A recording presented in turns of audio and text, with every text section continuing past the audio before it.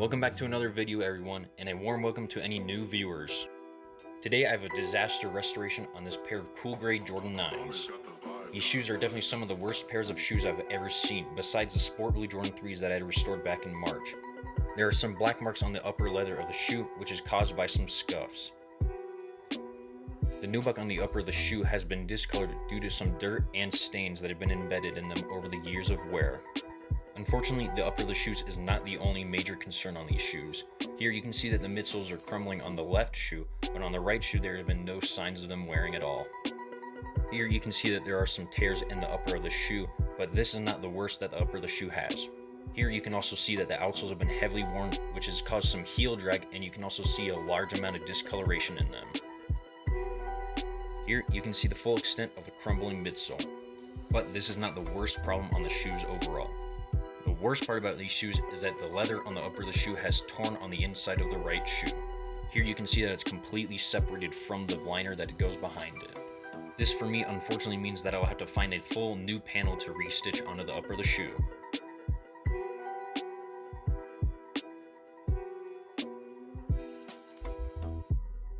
To start this restoration off, I'm going to go ahead and get the midsole and outsole off of the shoes.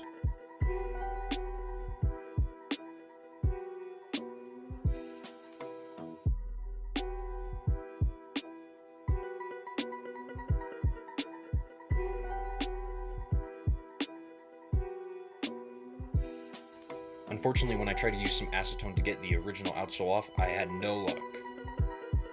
So instead of using acetone, I'm going to go ahead and just cut and tear off large pieces of the midsole. To start cutting off the midsole, I went ahead and tried to get the largest pieces that I could off of the midsole. And later on, I would go ahead and use my X-Acto knife once again to skive the edges off of the upper of the shoe.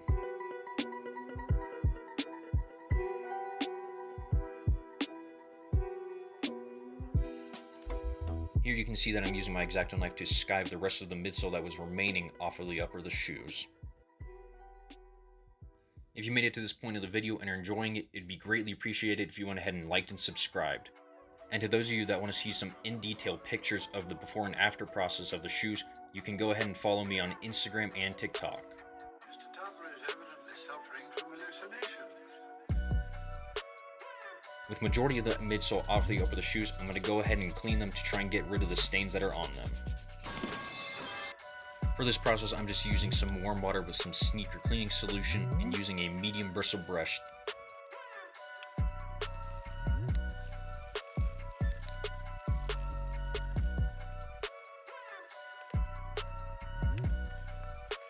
I ended up cleaning the upper of the shoes about 10 or 11 times, and while I was cleaning the uppers of the shoes, I had to throw the original outsoles into my light box. Unfortunately, I wasn't able to find another pair of cool grade 9s as a donor, so I will be forced to use the original outsoles.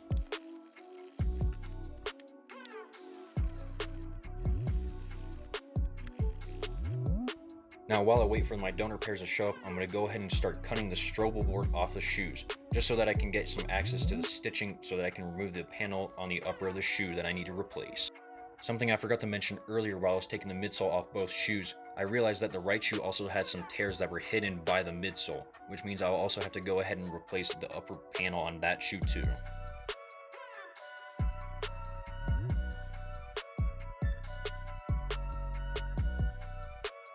For my donor shoes, I went ahead and bought a pair of 2022 Fire Red Jordan 9s. Just like the shoes that I'm restoring, I'm going to go ahead and cut the strobe board off the bottom of the shoes and then start to cut the top stitching.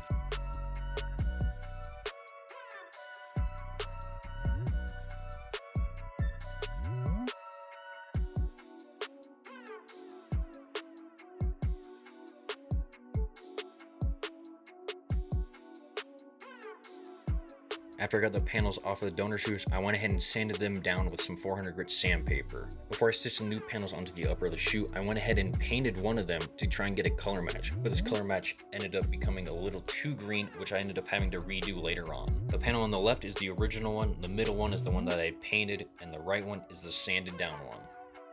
One of the biggest lessons that I learned when I was restoring the sport blue Jordan 3s when I had to restitch it was that it takes a very long time to do each stitch individually. So for this shoe, I decided to try a crisscross pattern to see if that would help speed up and also make it a little bit more rigid. Luckily, stitching the shoe this way in a crisscross pattern was a lot more efficient compared to doing each one individually. For example, on the Jordan 3s, it took me about 3 days to restitch the toe caps on both shoes. And while I was using the crisscross method on this shoe, I ended up doing both of the toe caps on both shoes in only a single day.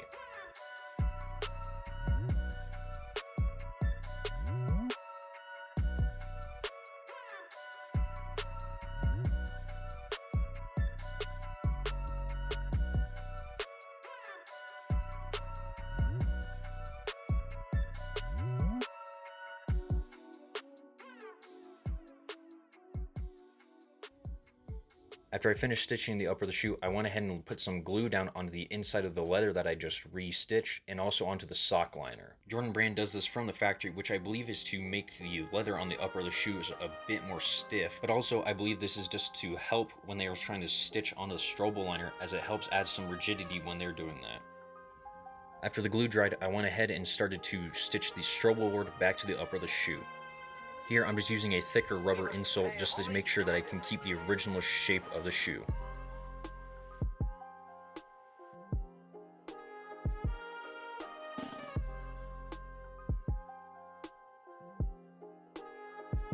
With the upper of the shoe all stitched back together, I went ahead and started making the new paint match.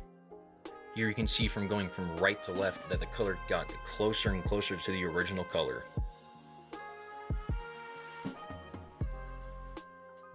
And for anyone that is interested in this color match, I used some white, black, green, blue, and red paint. Before I started painting the upper of the shoe, I went ahead and sanded down everything with some 400 grit and used some acetone to clean it up. Unfortunately here I didn't realize where I had my camera placement and missed pretty much the entire painting process of the shoe.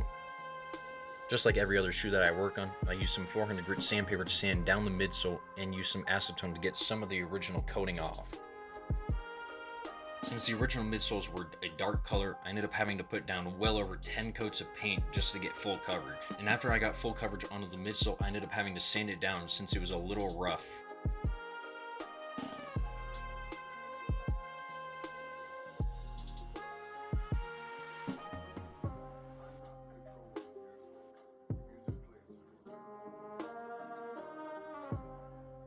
Since the donor shoes are from different years, there were some large inconsistencies between the upper of the shoes.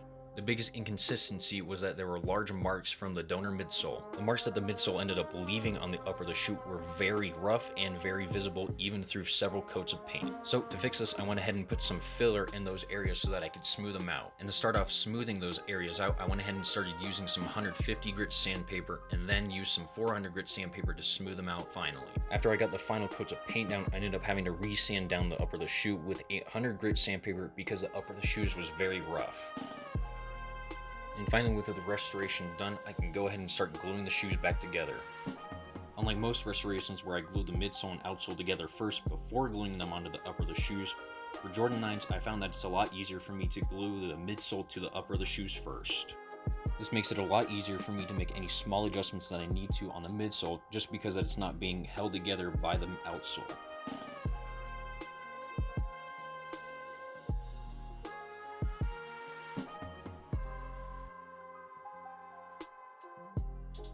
Since I'm gluing the midsole to the upper of the shoe, I'm going to go ahead and start by gluing the heel down first, just because I find it a lot easier to move around that shoe that way.